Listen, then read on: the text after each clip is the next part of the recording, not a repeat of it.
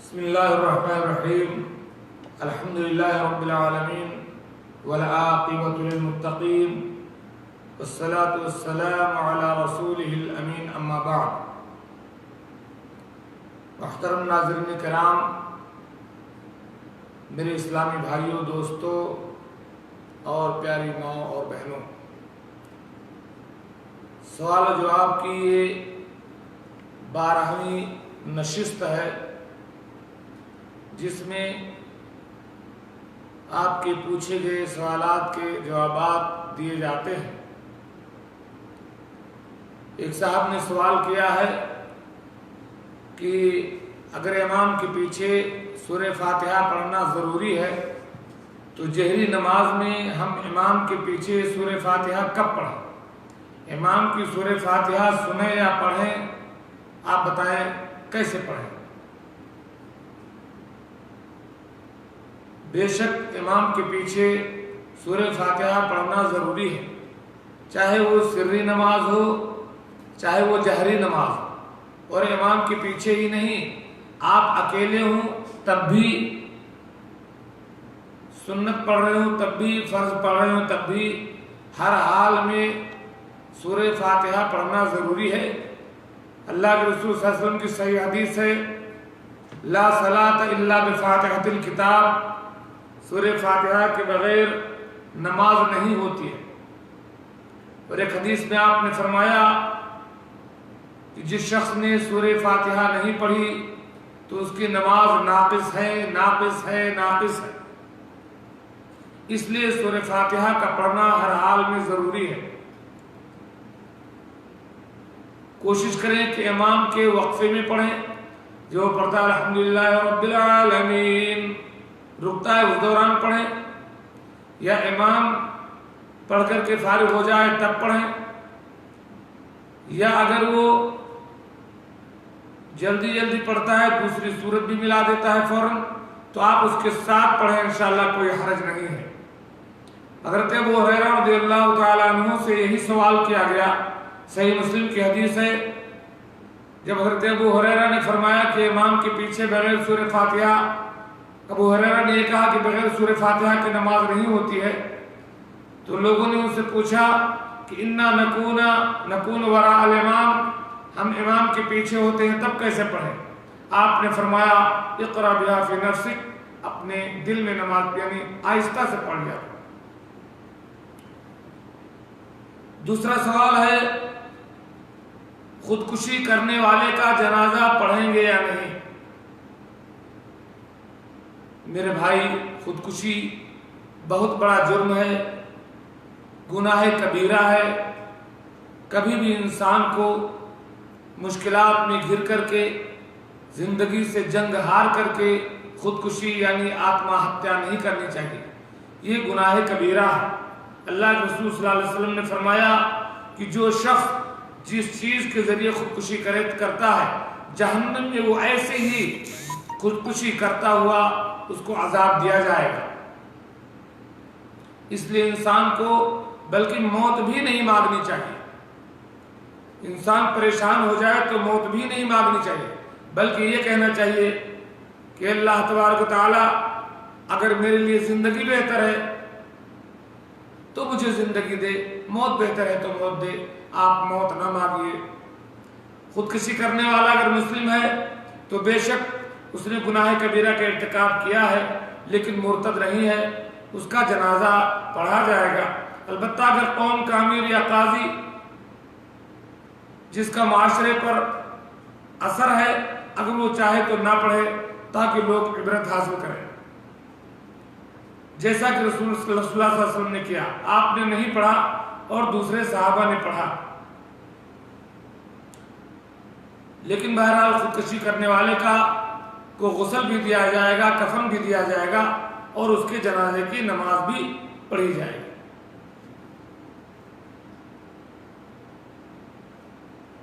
علامہ صالح العثیمین رحمۃ اللہ علیہ نے ایک فتوے کے جواب میں فرمایا کہ الخلاصہ ان المنتحر یغسل ویکفن ویصلی علیہ ويدفن في مقابر المسلمين إذا كان مسلما ولكن إذا رأى كبير القوم ألا يصلي عليه ردعا لغيره فهذا حسن اقتداء برسول اللہ صلی اللہ علیہ وسلم. خلاصہ کلام یہ ہے کہ آتما ہتیا کرنے والے کو اگر وہ مسلمان ہے تو غسل دیا جائے گا، اس کو کفن دیا جائے گا، اس کی جنازے کی نماز پڑھی جائے گی، اسے مسلمانوں کے قبرستان میں دفن کیا جائے گا. لیکن اگر قوم کا بڑا، قوم کا امیر چاہے تو بطور تنبیہ اس کی نماز نہ پڑھے، باقی لوگ پڑھ لیں، جیسا کہ اللہ کے رسول صلی اللہ علیہ وسلم نے نہیں پڑھی تھی.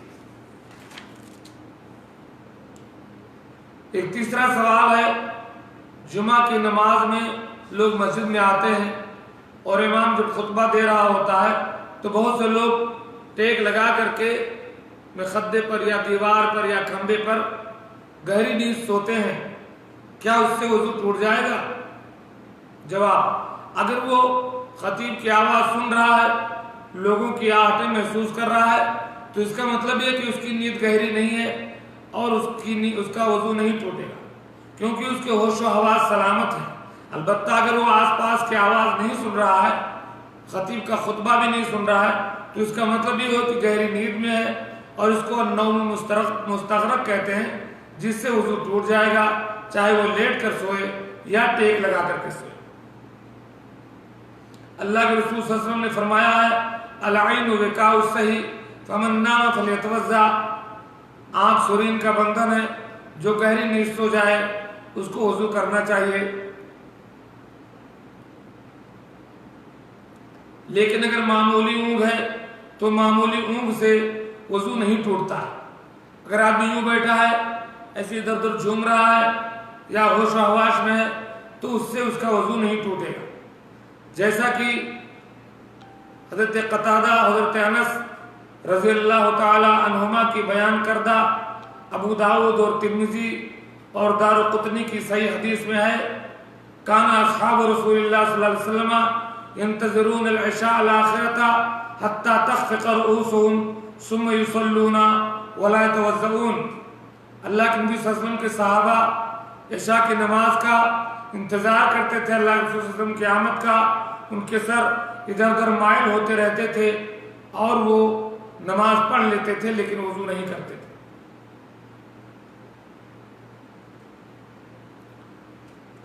تو معمولی نیند سے، معمولی اونگ سے وضو نہیں ٹوٹتا.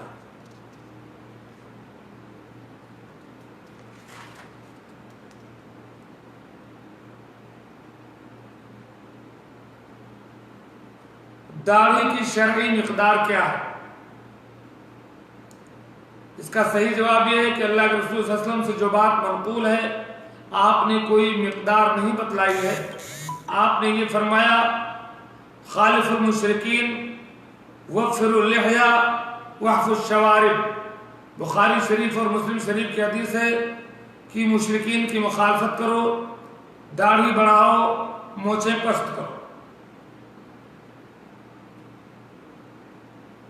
البتہ حضرت عبداللہ ابن عمر رضی اللہ تعالیٰ عنہ سے مروی ہے کہ وہ حج اور عمرے کے وقت ایک مشت کے بعد داڑھی کو کاٹ دیتے تھے.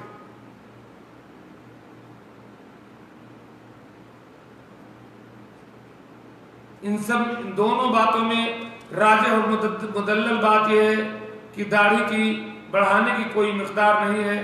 داڑھی بڑھائیں، کاٹنا بہرحال منع ہے.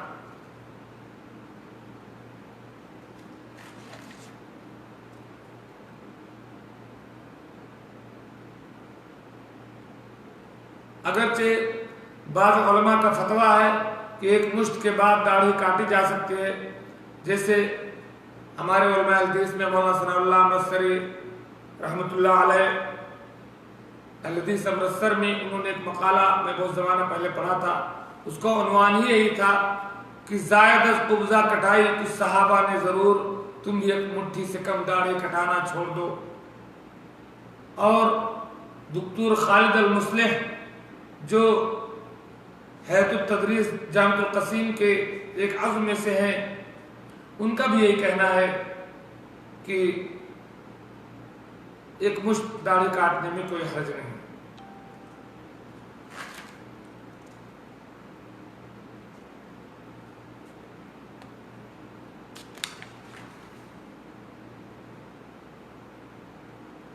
5واں سوال، کسی مسلمان سے اگر اختلاف ہو جائے تو یہاں لوگ مہینہ 2 مہینہ سال بھر بات نہیں کرتے ہیں، شریعت اسلامیہ کا اس کے بارے میں کیا حکم ہے؟ کتنے دن تک قطع تعلق جائز ہے؟ پہلی بات تو یہ ہے کہ کوشش یہ ہو کہ اختلاف قطع تعلق میں نہ بدلے، محبت اور میل کی فضا بنی رہے، لیکن اگر اضطراری شکل میں اختلاف حد سے آگے بڑھ جائے تو آپ معافی مانگ لیں، اور اگر اور بھی بات بگڑ گئی، قطع تعلق ہو گیا، تو 3 دن سے زیادہ قطع تعلق جرم ہے اور جہنم میں دخول کا سبب ہے۔ سنن ابو داؤد کی حدیث ہے، علامہ البانی نے اس کو صحیح کہا، عن ابی ہریرہ رضی اللہ تعالی عنہ قال قال رسول اللہ صلی اللہ علیہ وسلم لا يحل للمسلم ان يهجر اخاه فوق 3 لیال، کسی مسلمان کے لیے حلال نہیں ہے کہ وہ اپنے بھائی کو 3 دن سے زیادہ چھوڑ دے۔ یہاں بھائی سے مراد سگا بھائی ہی نہیں، سگا بھائی بھی ہے اور عام مسلمان بھائی ہے۔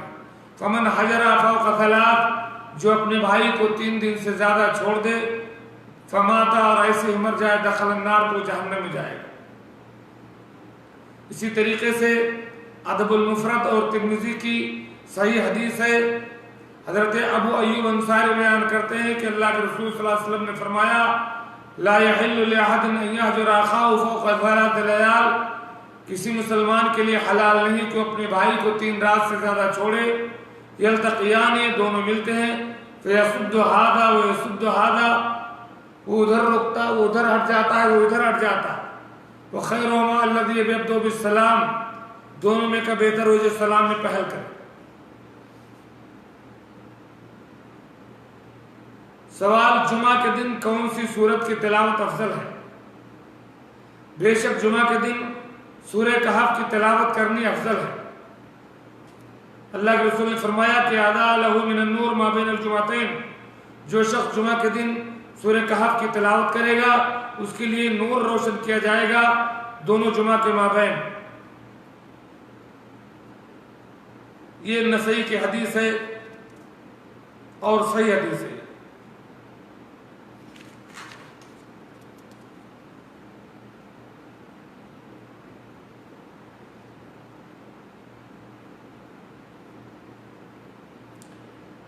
غسل کے بچے ہوئے پانی سے وضو کرنا درست ہے یا نہیں؟ جواب، غسل کا پانی اگر صاف ہے تو غسل کے بچے ہوئے پانی سے وضو کرنے میں کوئی حرج نہیں ہے۔ روایات سے یہ بات معلوم ہوتی ہے کہ رسول اللہ صلی اللہ علیہ وسلم ازواج مطہرات کے غسل کے بعد ان کے بچے ہوئے پانی سے وضو یا غسل کر لیا کرتے تھے۔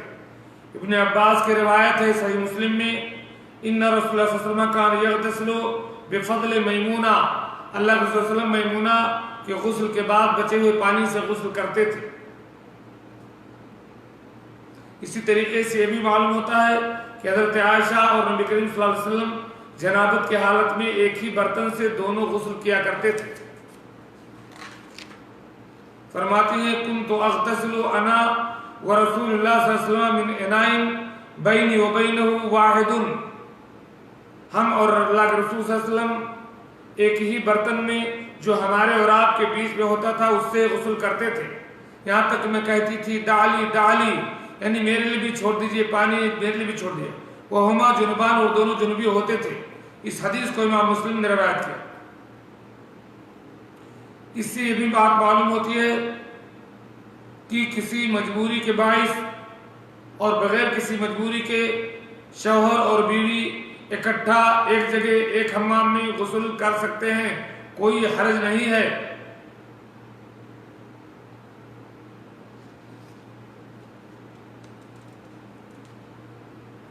کسی نے دوسرے کو چوری کا کپڑا دیا، ہمارے معذرت کے ساتھ خیاط لوگ، درزی لوگ، جو کپڑا بچتا ہے وہ گراہک کو واپس نہیں کرتے ہیں۔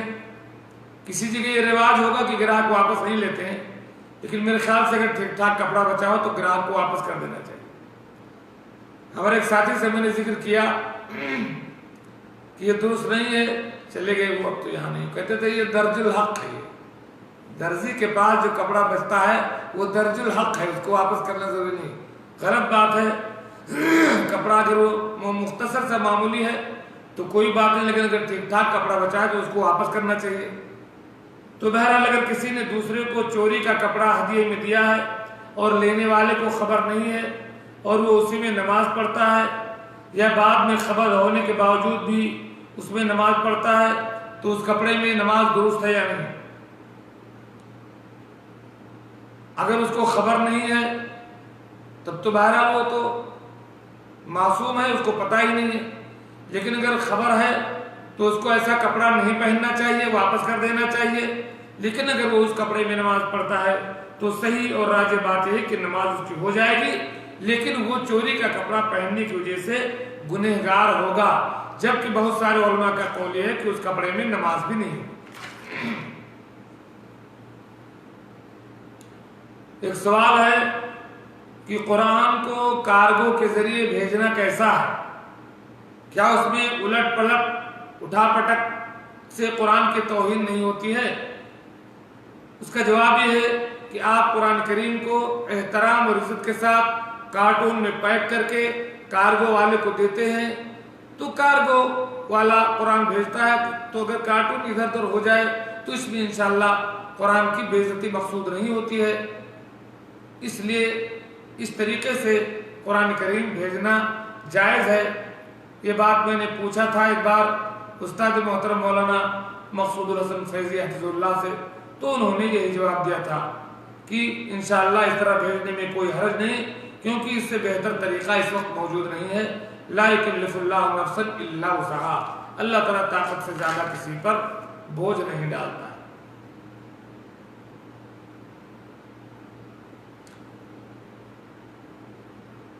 چمڑے کا بیلٹ لگا کر کے یا گھڑی میں چمڑے کا پٹا لگا کر کے نماز پڑھنا چاہیے کہ نہیں؟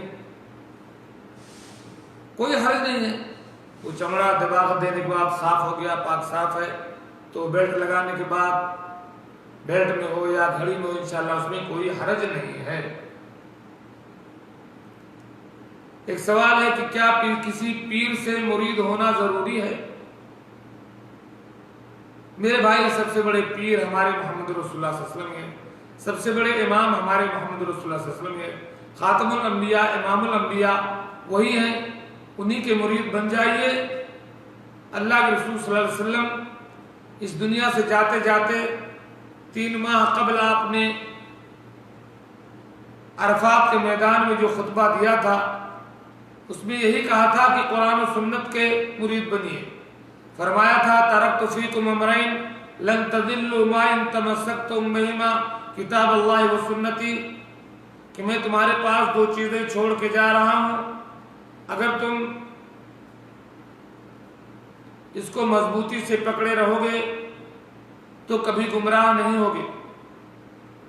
تو قرآن و سنت، اگر کسی عالم کی آپ اتباع کرتے ہیں، اس کی تقلید کرتے ہیں، تو جب تک آپ کو پتہ ہے کہ اس کی بات قرآن و سنت کے مطابق ہے آپ مانیے، لیکن اگر آپ کو یہ بات واضح ہوتی ہے کہ اس کی بات قرآن و سنت کے خلاف ہے تو قطعاً اس کی بات نہیں ماننی چاہیے۔ ویسے آج کل جو پیری مریدی چل رہی ہے وہ شرکیات اور بدعیات سے بھرپور ہے۔ آج کل کی پیری مریدی اور بیعت کا جو طریقہ ہے رسول پاک صلی اللہ علیہ وسلم نے نہ اس کی تعلیم دی ہے نہ صحابہ کرام سے بات ثابت ہے۔ ہاں، مسلمانوں کا جو امیر اور حکیم ہے اس کی اطاعت پر البتہ بیعت کی جاتی ہے۔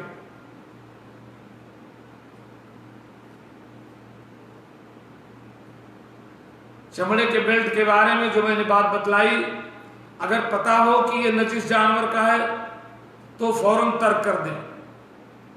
چمڑے کا جو بیلٹ ہے یا گھڑی کا ہے، اگر ہم کو پتا ہے کہ نجس جانور کا ہے کسی طریقے سے تو نہیں پہننا چاہیے، لیکن صرف شبہے کی بنیاد پر اس کو ہم نہیں چھوڑ سکتے۔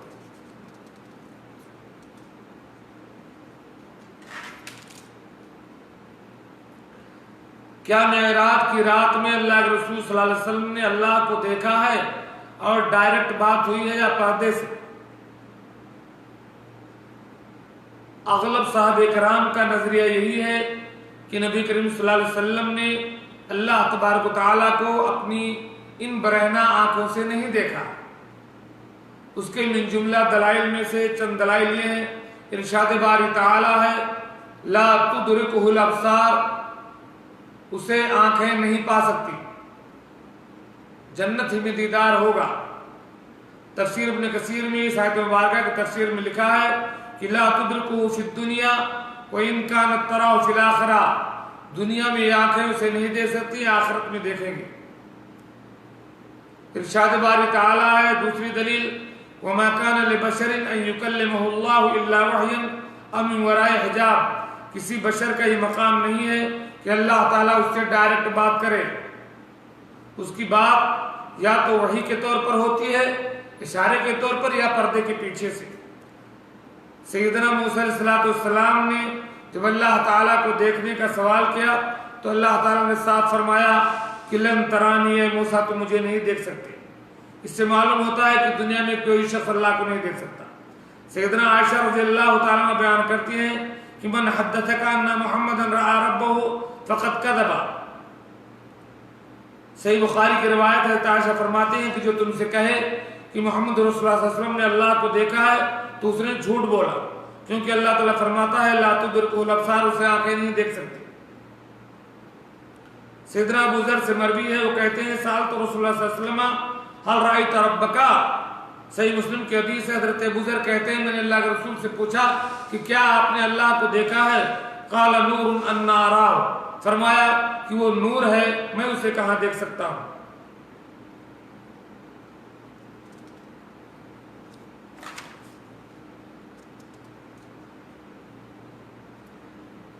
کیا مرد کی طرح عورت بھی ٹخنے کھول کر نماز پڑھے گی؟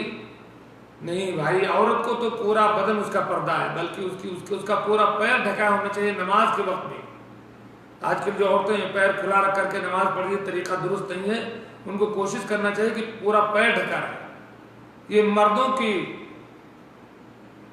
علامت ہے کہ وہ ان کا کپڑا ٹخنے سے اوپر ہونا چاہیے، عورتوں کے لیے یہ بات نہیں ہے، عورتوں کا پورا پیر ڈھکا ہوا ہونا چاہیے۔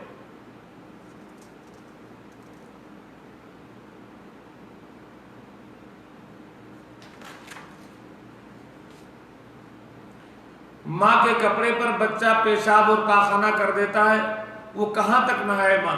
اسی بہانے نماز نہیں پڑھتی تو کیا کیا ہے؟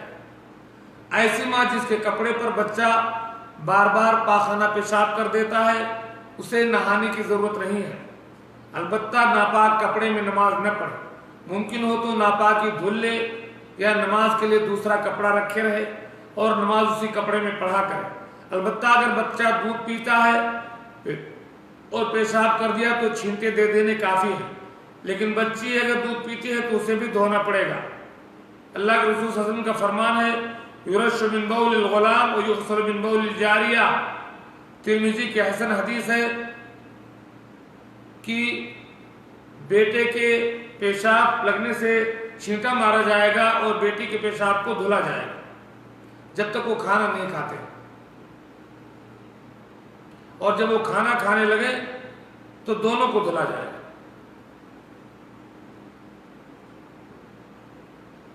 پیشاب کر کے اگر استنجا نہیں کیا تو کیا بغیر غسل کے نماز پڑھ سکتا ہے؟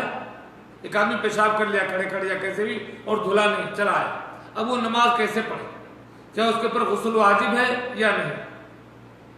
اس کا جواب یہ ہے کہ جس کپڑے میں پیشاب لگ گیا ہے، چاہے لنگی ہو چاہے چڈی ہو، تو شرمگاہ کے ساتھ ساتھ جس جگہ پر پیشاب لگا ہے شرمگاہ کو دھلے، اس جگہ کو دھلے، ورنہ وہ کپڑا جو پہنا ہے اسے اتار دے اور دوسرا کپڑا پہن لے۔